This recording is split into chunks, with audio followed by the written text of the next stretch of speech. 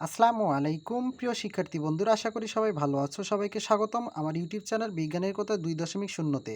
ভিডিওটি না টেনে সম্পূর্ণভাবে দেখার অনুরোধ রইল।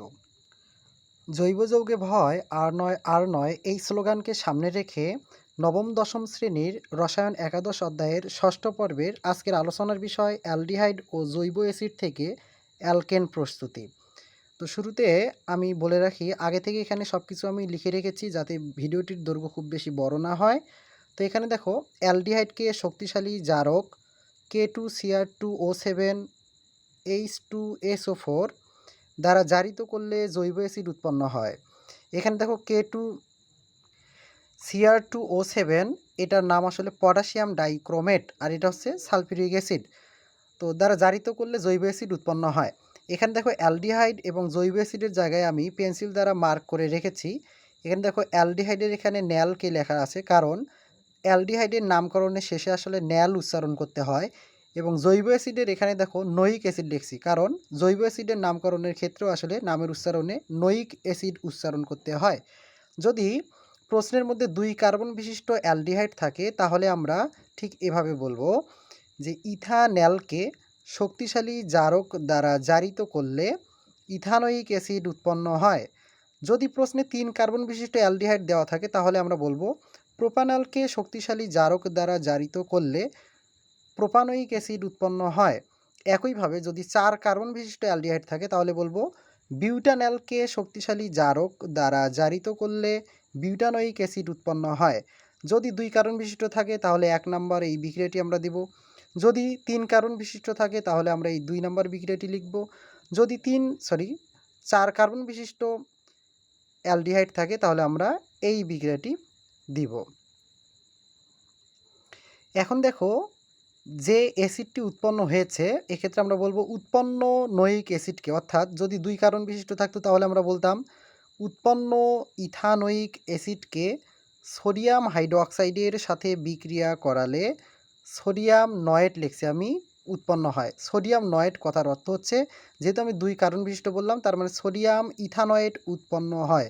আমি আবার বলতেছি, যদি 2 কার্বন বিশিষ্ট হাইড্রোকার্বন থেকে অর্থাৎ অ্যালডিহাইড থেকে প্রশ্ন এসে থাকে তাহলে আমরা বলবো উৎপন্ন ইথানোয়িক অ্যাসিডকে সোডিয়াম হাইড্রোক্সাইডের সাথে বিক্রিয়া করালে সোডিয়াম ইথানয়েট উৎপন্ন হয়। যদি 3 কার্বন বিশিষ্ট থাকতো তাহলে আমরা কি বলতাম, উৎপন্ন প্রোপানোয়িক অ্যাসিডকে সোডিয়াম হাইড্রোক্সাইডের সাথে বিক্রিয়া করালে সোডিয়াম প্রোপানয়েট উৎপন্ন হয়। আবার একইভাবে যদি 4 কার্বন বিশিষ্ট অ্যালডিহাইড থেকে আসতো প্রশ্ন তাহলে এখানে আসলে হয়তো উৎপন্ন বিউটানোয়িক অ্যাসিডকে সোডিয়াম হাইড্রোক্সাইডের সাথে বিক্রিয়া করালে সোডিয়াম বিউটানয়েট উৎপন্ন হয়। সেই ক্ষেত্রে যদি 2 কার্বন বিশিষ্ট হয় তাহলে এই বিক্রিয়াটি লিখতে হবে। যদি 3 কার্বন বিশিষ্ট হয় তাহলে এই বিক্রিয়াটি লিখতে হবে। আর যদি 4 কার্বন বিশিষ্ট হয় তাহলে এই বিক্রিয়াটি লিখতে হবে। তো তোমরা যারা আমার এই চ্যানেলে নতুন তারা অবশ্যই আমার এই চ্যানেলকে সাবস্ক্রাইব করে লাইক এবং শেয়ারের মাধ্যমে বন্ধুদের মাঝে ছড়িয়ে দিবে। সেই সাথে কমেন্ট বক্সে তোমাদের মতামত জানাবে এবং নতুন নতুন ভিডিও আপলোড করার জন্য আমাকে উৎসাহ প্রদান করবে। এখন আমরা দেখি, এখানে লেখা আছে আবার উৎপন্ন সোডিয়াম নয়েটকে সোডা লাইমের সাথে বিক্রিয়া করালে অ্যালকেন উৎপন্ন হয়। তো এখানে যে এই উৎপন্ন সোডিয়াম নয়েট, অর্থাৎ যদি 2 কার্বন বিশিষ্ট থাকতো তাহলে সোডিয়াম ইথানয়েটকে সোডা লাইমের সাথে বিক্রিয়া করালে অ্যালকেন উৎপন্ন হয়। এখন এই অ্যালকেনটি আসলে কত কার্বন বিশিষ্ট হবে সেটি আমি এখানে বিশেষ দ্রষ্টব্য জায়গাটিতে লিখে রেখেছি। তো আমি আরেকবার ভাষাটি বলতেছি, যদি 3 কার্বন বিশিষ্ট থাকে সেক্ষেত্রে আমরা বলবো উৎপন্ন সোডিয়াম প্রোপানয়েটকে সোডা লাইমের সাথে বিক্রিয়া করালে ইথেন উৎপন্ন হয়। যদি 4 কার্বন বিশিষ্ট থাকতো তাহলে আমরা বলতাম উৎপন্ন সোডিয়াম বিউটানয়েটকে সোডা লাইমের সাথে বিক্রিয়া করালে প্রোপেন উৎপন্ন হয়। তো তোমাদের মনে প্রশ্ন জাগতে পারে, আমি বললাম সোডিয়াম বিউটানয়েট, বাট উৎপন্ন হচ্ছে প্রোপেন। তো এখানে আসলে আমি এই দেখো বিশেষ দ্রষ্টব্য জায়গাটিতে লিখে রেখেছি, অ্যালডিহাইড ও জৈব অ্যাসিড যত কার্বন বিশিষ্ট হবে অ্যালকেন যৌগে একটি কার্বন কম থাকবে।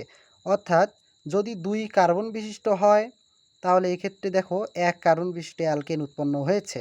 যদি 3 কার্বন বিশিষ্ট যৌগ হয় তাহলে কিন্তু যে অ্যালকিনটি হবে, দেখো এখানে 2 কার্বন বিশিষ্ট যৌগ উৎপন্ন হয়েছে। একইভাবে 4 কার্বন বিশিষ্ট যদি যৌগ থাকে তাহলে কিন্তু দেখো 3 কার্বন বিশিষ্ট অ্যালকেন উৎপন্ন হবে। আবার বলতেছি, এখানে একটি বিষয় অবশ্যই মাথায় রাখতে হবে, কখনোই অ্যালডিহাইড ও জৈব অ্যাসিড থেকে সরাসরি সমকার্বন বিশিষ্ট অ্যালকেন তৈরি হয় না।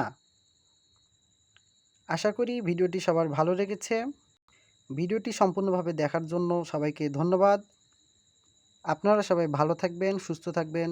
সবাইকে আমার সালাম। আসসালামু আলাইকুম।